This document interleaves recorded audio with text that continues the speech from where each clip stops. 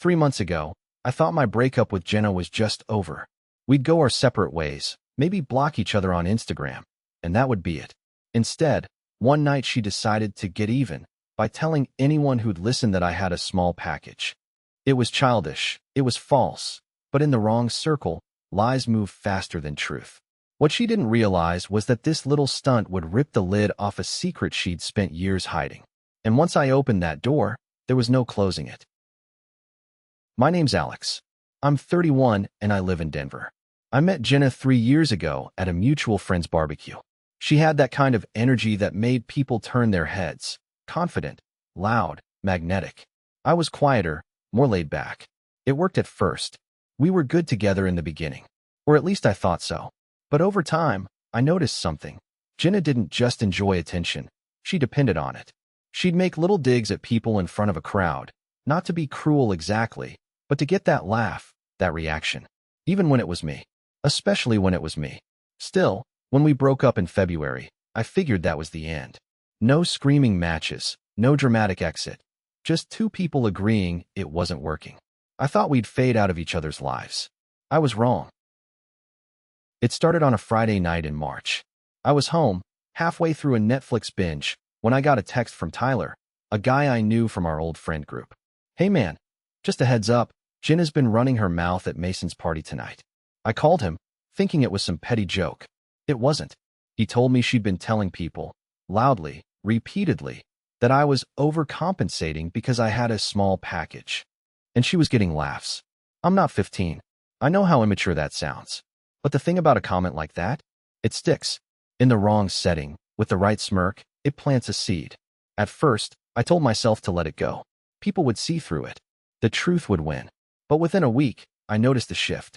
A guy at the gym gave me this slow, knowing smirk. A coworker made a harmless joke during lunch that landed too perfectly. A woman I'd been texting suddenly stopped replying, right after she'd run into Jenna at a bar. It wasn't just embarrassing. It was corrosive. It was her way of rewriting my identity in rooms I wasn't even in. And that's when I remembered something. Something Jenna had told me once, late at night, when she thought I'd never use it against her. A story about her messy phase, an incident so bad it had almost cost her a job and her entire social circle. She'd buried it deep, trusted me to keep it buried. For months, I had. But now, she'd turned this into a game. And if she wanted to play, I was about to show her the rules. It was one of those quiet Friday nights where you tell yourself you're going to get a ton of things done, and then don't. I'd ordered takeout, half-watched some crime docuseries, and was halfway through a beer when my phone buzzed. It was Tyler, a guy I've known for years through our old friend group. We don't text often, so the preview on my lock screen immediately made me sit up. Heads up, Jenna's talking trash at Mason's party. At first, I laughed. Jenna talking trash wasn't news. If she had an audience and a drink in her hand, someone was about to get roasted. I figured it was harmless. Maybe some dig about me being boring or always leaving parties early. I opened the chat and typed, "What now?" He didn't text back. He called. Tyler's voice had that half-laugh, half-cringe tone. "Man, she's telling people you've got a small package." Like, not once. Over and over. For a second, I didn't even process it. My brain snagged on the words like they were in another language. You're kidding. I wish. Dude, she's making a whole thing out of it. People are laughing. You weren't even here to defend yourself. Something in my chest tightened, not because I believed anyone cared about the truth of it, but because I knew how this worked. In the right room, with the right smirk, a lie like that sticks. And once it sticks, it doesn't matter if it's true. Tyler kept talking. She was with that girl from the gym. You know, the one everyone listens to? They were in a circle, drinks in hand, and Jenna's acting it out. Like, hand gestures, man. I felt heat creep up my neck. Hand gestures? Yeah, like she's on stage. And people are eating it up. I muted the TV without thinking. The quiet in my apartment felt heavier now. Here's the thing. Jenna and I had our issues, but she always played her games directly with me. This was different. This was her rewriting who I was in rooms I wasn't even in. I asked Tyler who else was there. The list hit hard. 3 people I'd hung out with last month, a coworker's cousin, someone I'd gone on 2 dates with back in January. I pictured them all, standing there, laughing. Not at a joke. At me. "Thanks for telling me," I said finally. My voice sounded flatter than I meant. Tyler hesitated. Look, man, I'm just saying, if you don't push back, this'll become your thing. You know how she is. I did know. Jenna never joked without a target. And once she found one, she didn't let go until she'd squeezed out every reaction she wanted. We hung up, and I just sat there for a minute, staring at the condensation ring my beer had left on the coffee table. It was such a ridiculous, middle school insult, and yet my stomach was tight, my jaw locked. Because deep down, I knew Tyler was right. I should have brushed it off. But the next day, I saw the smirk from a guy I barely knew, and I realized it was already spreading. By Saturday morning, I convinced myself I was overreacting. It was one stupid night, one stupid comment, and maybe a few laughs from people who were drunk enough to find anything funny. By Monday, it would be old news. That illusion lasted until about 9:20 a.m. I was in the break room at work, waiting for the coffee machine to finish sputtering, when Brandon from sales strolled in. We barely talk outside of company events, so when he looked at me and smirked, I almost didn't register it. Rough weekend, he said. I shrugged. Quiet, actually. His smile widened, not friendly. Yeah, that's not what I heard. I froze for a second too long before forcing a laugh. Guess you shouldn't believe everything you hear. He poured his coffee, still smiling, and walked out without another word. But the way he looked over his shoulder before leaving told me exactly where this was going. By lunch, I'd gotten a DM on Instagram from a girl I'd met once at a friend's party. No hey, or how's it going? Just a winking emoji and the words, so. Is it true? Winky face. I didn't reply. I didn't have to. The damage was already in motion. At the gym that night, I was mid-set on the bench press when I caught sight of two guys from the next rack glancing over, whispering. One of them made a gesture with his hands. Quick, almost imperceptible, but I knew exactly what it meant. The bar suddenly felt heavier. My form broke, and I racked the weight harder than I should have, metal clanging loud enough to turn heads. Everything good, man? The trainer asked. Yeah, I lied. Just lost focus for a second. By the end of the week, it was everywhere I looked, subtle, but constant. At happy hour on Thursday, a coworker made an innocent joke about overcompensation while eyeing the keys to my SUV. In the group chat, someone dropped a meme that was just vague enough to deny if called out, but specific enough that I knew it was about me. It wasn't the insult itself that got to me. It was the way it turned me into a punchline in conversations I wasn't even part of. Every smirk, every wink, every half-hidden laugh pulled me a little further out of my own skin. And Jenna? She was silent. No posts, no tags, nothing to connect her directly, which meant she was smart enough to make it look like she had nothing to do with it. That was the thing about her.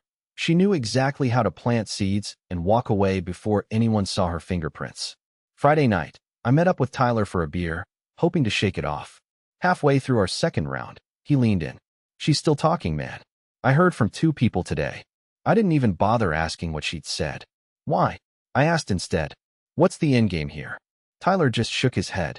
With Jenna? The game is the point. I leaned back in my chair, the noise of the bar fading to a dull hum. That's when the first real thought of retaliation crept in. Not because I wanted revenge for the insult, but because I knew Jenna never joked without a target. And she'd made me hers long enough. That should have been my first red flag, because Jenna never joked without a target. Saturday afternoon, I was in line at the grocery store when I heard my name. 2 aisles over, voices, low, but not low enough. Yeah, Jenna said it straight to Carly's face. Twice, followed by a laugh. I didn't even have to look to know who they were talking about. The tone, that mix of amusement and mockery, was already familiar. I paid, walked out, and before I'd even made it to my car, my phone buzzed. It was Megan, a mutual friend who'd always been more on Jenna's side than mine. Her text, I'm guessing you've heard what she's saying about you? I called her immediately. Megan answered with a sigh. Look, I don't want to get in the middle, but she's not just making offhand comments. She's telling the story like it's fact. Full confidence. People believe her. I leaned against my car, letting the cold seep through my jacket. Why? What's the point? She thinks it's funny, and she knows it gets a reaction. Pause. Alex, she was smiling the whole time. That stopped me cold. Smiling. Not smirking. Smiling. The way she used to when she was about to win an argument, when she knew she'd gotten under my skin. The thing about Jenna is that she never did anything halfway. If she wanted to hurt you, she'd make it a performance. And apparently, This was her new show. I asked Megan who else had been there. Her answer made my stomach turn. People I'd gone to school with, an old coworker, someone I'd been trying to land a client deal with. The kind of people who would repeat what they heard. She's making sure it sticks, Megan said. And honestly, it's working. That night, I sat at my kitchen table long after the dishes from dinner had gone cold in the sink. I thought about every time I defended Jenna when people called her manipulative. Every time I told myself she didn't mean it, that she just had a sharp sense of humor. And then, I thought about something else. It was a night, maybe a year and a half into our relationship. We'd had a fight. I don't even remember what about, and she'd been pacing the living room, wine glass in hand. Somewhere between her third and fourth refill, she told me about her messy phase, how she'd gotten involved with her married boss, how the affair blew up in the office, how she was quietly let go to avoid a lawsuit and made to sign a non-disclosure agreement. She told me she'd only ever shared that story with me, that I was the one person she trusted to never use it against her. And for a long time, I didn't. I sat back in my chair, the weight of the memory pressing down on me. This wasn't about the insult anymore. This was about the fact that she thought she could write my story without me having a say. And maybe it was time she found out what it felt like when someone else told hers. And that's when I remembered the one thing she'd never want out. The memory was sharp, even after all this time. We'd been sitting on my old gray couch, the one she always said looked too bachelor for a couple, with a half-empty bottle of Merlot between us. The fight had burned out into that restless quiet, and Jenna started talking. At first, it sounded like another one of her dramatic college stories. But the more she talked, the more her voice lowered, the more her eyes darted toward the window, as if someone might hear. She told me about her old job at a boutique marketing firm. About the boss, mid-40s, married, flashy watch, and even flashier ego. How it started with harmless, late-night drinks after client meetings. How she convinced herself it wasn't serious. And then, how it all blew up. According to her, the boss's wife found a string of messages, some in the company email, some on his personal phone. There were photos, too. The kind you don't just delete and forget about. The wife went straight to the partners of the firm, threatening to go public. Jenna swore she never knew exactly what was said behind closed doors, but the next week, she was out. No farewell email. No LinkedIn update. Just gone. She said she was told to take the quiet way out, sign a non-disclosure agreement, accept a small payout, and disappear from the industry for at least a year. In exchange, no one would put her name in the official narrative. At the time, I didn't judge her. I told myself everyone has mistakes in their past, skeletons they hope never see daylight. She cried when she told me. Real tears, not the kind she used to get her way. And I promised I'd never repeat it. But now that promise felt different. It wasn't just that she'd lied about me. It was how she did it. Calculated, repeated, designed to erode who I was in the eyes of people I knew. And if she wanted to play with reputations, well, I had the trump card. The more I thought about it, the more I realized how fragile her current image was. Jenna had built herself back up over the past couple of years. New job in a tech startup, new circle of friends, that curated Instagram feed that made her life look like a perpetual brunch with just the right lighting. None of those people knew about her past. And if they did, I knew exactly how quickly that feed would go dark. I sat at my desk, pulled up an old hard drive, and started digging. It didn't take long to find it. A folder I'd forgotten about, buried under vacation photos and tax documents. Inside, a handful of screenshots, a couple of email headers. Enough to hint, without outright stating, the full story. Enough to make anyone who saw them start asking questions. And the thing about questions? They spread faster than answers. By the time midnight rolled around, I had everything I needed. But I wasn't going to just drop it out of nowhere. That would be too easy, too obvious. No, I'd wait. I'd make sure she walked herself right up to the edge before I gave the world a little push. It wasn't just embarrassing, it could ruin her completely. I didn't touch the folder again for 3 days. Not because I'd changed my mind, but because I needed to. I needed the space to think, to let the initial rush of adrenaline wear off. The truth was, this wasn't just some petty gossip I could drop into a conversation. This was a grenade. Once I pulled the pin, there'd be no putting it back. On Monday night, I sat at my kitchen table with the lights low, scrolling through the screenshots. I imagined the chain reaction. The first person who saw them, the friend they'd send them to, the whispers in group chats that would spiral out of control. Part of me felt sick. Not because she didn't deserve it. She did. But because I'd be crossing a line. I'd always told myself I wasn't like her. That I didn't play games with people's lives just to watch them burn. But then I'd hear her voice in my head. Not the one from our good days. The one from that party, dripping with mockery. The one that turned my name into a punchline. By Tuesday, I'd made a decision. I wasn't going to drop everything at once. If I just posted it, it would be obvious it came from me. Jenna would go into damage control mode, spin some story, maybe even get ahead of it. No, if this was going to work, I needed to let her create the perfect setup. The idea started small, a vague post on my socials, just enough to plant a seed. Something like, funny how some people forget their past when it's inconvenient.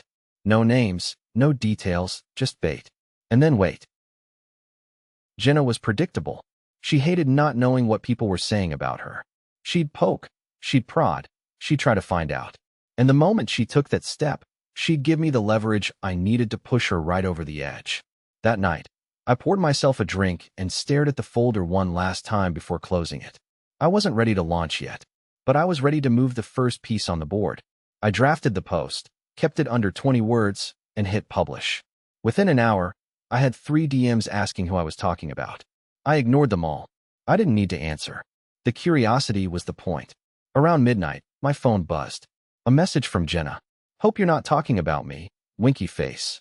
I stared at it for a long moment, then typed back. Not yet. Her red receipt popped up immediately. No reply. I sat back in my chair, the corners of my mouth pulling into a smile I hadn't felt in weeks. She'd seen the bait. Now it was just a matter of time before she took it. The thing about revenge is that it's not just about the strike, it's about the wait. The silence before the hit lands. The space where your target convinces themselves they're safe. And Jenna had just stepped into that space.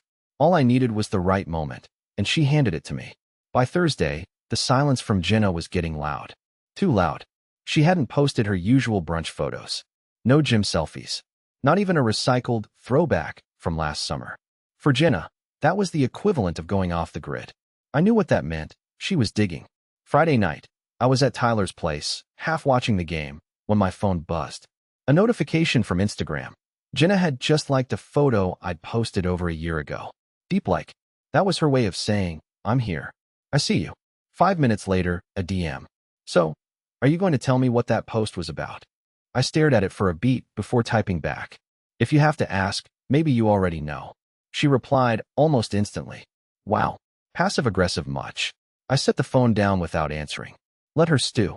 The more she sat with it, the more she'd start second-guessing herself. The next morning, Tyler sent me a screenshot from Jenna's story, a mirror selfie with the caption, "Some people should really mind their own business." No tags, no names. Classic Jenna. I smiled. She'd taken the bait. That afternoon, I made my move. I went through my contact list and picked one person, just one, who I knew couldn't keep a secret if their life depended on it. A mutual acquaintance named Erica, who loved drama almost as much as Jenna did. I sent her a cropped screenshot from the folder. Nothing incriminating on its own, just an email header with Jenna's name, the date, and the subject line. Regarding termination agreement. No context. No explanation. 20 minutes later, Erica replied, OMG, is this what I think it is? I didn't answer. I didn't need to.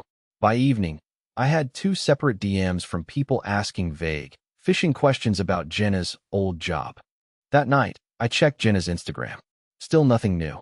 But I could picture her phone lighting up with the same questions I was starting to get. She'd be piecing it together now, not enough to know what I had, but enough to be nervous. And for a moment, I felt it, that rush of satisfaction. The kind you get when you know you've landed the first hit. Then Sunday came. I woke up to find the group chat buzzing. A photo of me, mid-laugh at Tyler's party last year, with the caption, "Still overcompensating, Alex?" Posted on Jenna's private story. She doubled down. That was when it clicked. She wasn't scared yet. She still thought this was a game she could win. I sat back on the couch, phone in hand, and realized the win I'd felt yesterday wasn't a win at all. It was the pause before the real fight. The thing about false resolutions is they make you think you've already turned the corner. But all they really do is set you up for a bigger drop. And I had just decided how far Jenna was going to fall. I thought it was over. I couldn't have been more wrong. The opportunity came faster than I expected. The following Saturday, Mason hosted another get-together, smaller than his birthday party, but with enough overlap in the guest list for word to travel. I wasn't planning on going. But then I saw Jenna tagged in one of the pre-party photos Mason's girlfriend posted, and the decision made itself. When I walked in, the air was thick with that low buzz of conversations layered over music. I grabbed a beer, made the usual small talk, and scanned the room until I spotted her. Jenna was by the kitchen island, glass of wine in hand, surrounded by 3 people I recognized from that night Tyler had called me. She was mid-story, her hands animated, her audience smiling. I couldn't hear what she was saying, but I didn't need to. I drifted closer, pretending to check my phone. That's when I caught it. The exaggerated hand gesture, the smirk, the quick sideways glance. It was my turn to smile. I stepped into the circle just as she hit her punchline. "Hey, Jenna," I said casually, like I'd just noticed her. Her smile faltered for half a second, then came back brighter than ever. "Alex, didn't know you'd be here." "Yeah," I said, taking a sip of my beer. "Figured I'd catch up with some old friends." Speaking of catching up, I let my eyes drift around the group before locking back on her. "Remember the accounting office?" For a split second, the room felt like it inhaled and forgot to exhale. Her smile froze, eyes narrowing just slightly, a micro-expression most people would miss. But the others didn't miss the change in her tone when she laughed. "Oh yeah, not sure what you mean." I tilted my head, still smiling. "Sure you don't." Someone in the group chuckled nervously. Another sipped their drink too quickly. I didn't push it. I just let the silence hang for a beat before stepping back and joining another conversation. From across the room, I caught Jenna glancing at me twice, her smile tighter each time. The circle around her had thinned. People were curious now, and curiosity spreads like wildfire in rooms like that. 2 days later, my inbox lit up. First, a DM from Erica. "Okay, what was that about at Mason's?" Everyone's talking. Then another from someone I barely knew. "Did Jenna really get fired over, you know?" I didn't answer either one. The less I said, the more they'd speculate. That evening, Tyler called. "You know she's panicking, right? She's been texting people all day, trying to clear up some rumor. But no one's saying where they heard it from." I leaned back in my chair, letting the satisfaction settle in. This wasn't just payback anymore. This was momentum. The thing about pushing someone to the edge is you have to make sure they don't realize how far they've walked. Jenna was already halfway over, and she didn't even know it yet. 2 days later, my inbox lit up with messages. It was late Wednesday night when my phone lit up with her name. I almost let it go to voicemail. Almost. "Why are you doing this?" Jenna's voice came through sharp, almost brittle. "Doing what?" I kept my tone flat. "Don't play dumb, Alex. You've been spreading stuff. People are asking me questions they shouldn't even know to ask." I leaned back on my couch. "You mean about the accounting office?" Silence on the other end. Not long, but long enough. "You're ruining my life," she said finally, her voice tight. "Do you think this is funny?" "No," I said. "I think it's fair." She launched into a tirade. How I was petty, how I was obsessed, how I was making myself look bad. I let her talk. I didn't raise my voice. I didn't interrupt. Because somewhere between her insults and her denial, I heard it. That edge of panic she couldn't hide.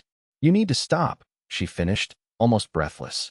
"I'm not the one who started this," I said quietly. "You did."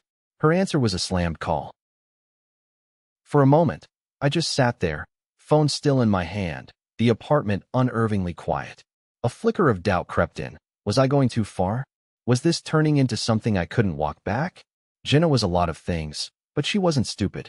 If she felt cornered, she'd fight back. And if she did, maybe I'd be the one eating the fallout. I poured myself a drink, trying to shake the unease. That's when my phone buzzed again. This time, a notification from Instagram. A DM from someone I didn't follow. The message was just a screenshot of a comment thread on a local business page. User 1. Isn't that the girl who got fired from company name for messing around with her boss? User 2. Yeah, my cousin worked there, said it was a whole thing. User 3. Wow, that explains a lot. I scrolled down. There were more replies, some vague, some direct. And then I saw a name I recognized. Not a friend, not even someone in our circle, but someone who definitely knew her, the wife of that former boss. Her comment was short, just 6 words. She knows exactly what she did. I stared at the screen, the weight of it sinking in. This wasn't just in our social group anymore. It had leaked into the wider world. People who had no reason to protect her. People who would happily let the story spread. Any doubt I'd felt a few minutes ago evaporated. This wasn't just my fight anymore. The truth was walking on its own now. The irony wasn't lost on me.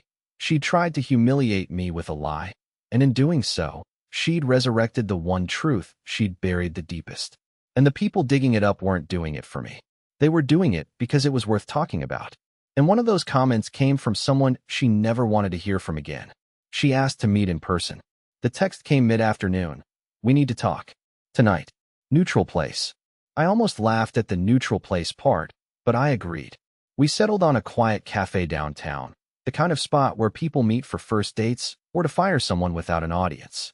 When I walked in, Jenna was already there, sitting in the back corner with a mug of tea she probably hadn't touched. She looked smaller somehow, not physically, but in the way she was holding herself, shoulders slightly hunched, eyes scanning the room. I sat down across from her without saying anything. Let her speak first. She wasted no time. You have to stop this, she said, her voice low but firm. It's getting out of control. I tilted my head. I have to stop this. Yes. Her eyes flashed. You're the one telling people, planting these stories. Planting. I cut in. Jenna, I didn't have to plan anything. I just reminded a few people of the truth. You're the one who watered it with your own behavior. Her jaw tightened.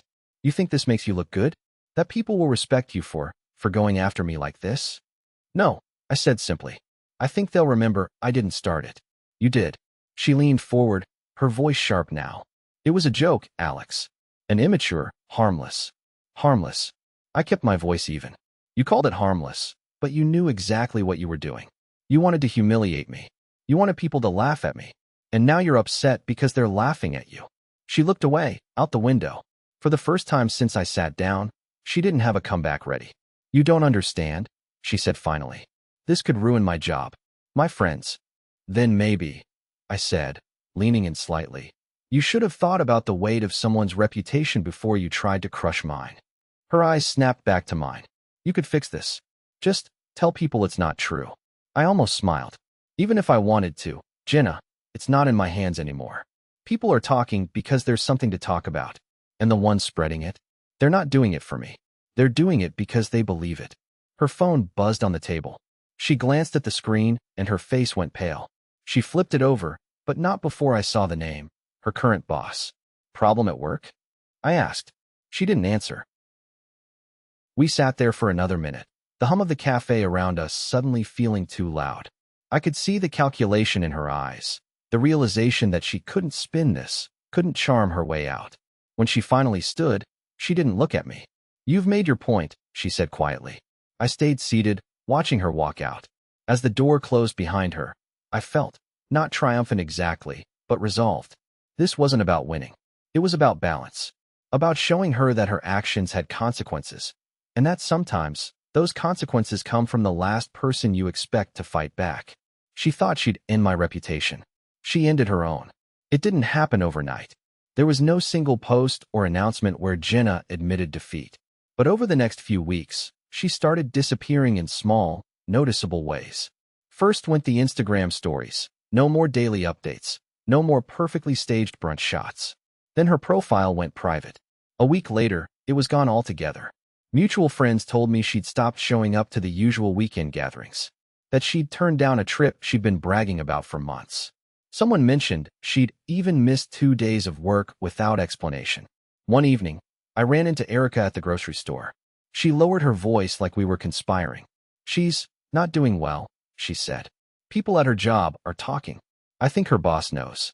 I didn't ask for details. I didn't need them. In the meantime, life for me started to feel normal again, or maybe better than normal. The smirks at the gym stopped. The little digs and group chats faded. People who'd gone quiet when Jenna's rumor was fresh were suddenly chatty again. It wasn't about them believing or not believing the original lie anymore. It was about the fact that Jenna wasn't the one steering the narrative. One night, Tyler and I were sitting on his porch, beers in hand. You ever think you went too far? He asked. I took a long sip before answering. I think I went exactly as far as she did, just in a different direction. He nodded slowly. Guess she picked the wrong person to mess with. The thing is, I didn't feel proud. There was no thrill in watching someone unravel. But there was a certain justice in it. Jenna had always played her games assuming no one would push back. She'd count on people to take the high road, while she took every cheap shot she could. This time, the road wasn't so high. I never reached out to her again. Never checked in. Never asked how she was holding up. Because it wasn't my job to fix the mess she'd made. And honestly, I doubt she'd ever see it as her mess to begin with. What I did take from all of this was simple. People will test the limits of what they can get away with. And if you let them, they'll keep pushing until you're unrecognizable to yourself. Sometimes, the only way to reclaim your story is to tell theirs. These days, when someone new comes into my life and I get that gut feeling, the one that says, this person thrives on tearing others down, I listen to it. I don't wait for the first red flag to turn into a full parade. And if Jenna ever thinks about trying to rewrite my story again, well, she knows exactly how that ends.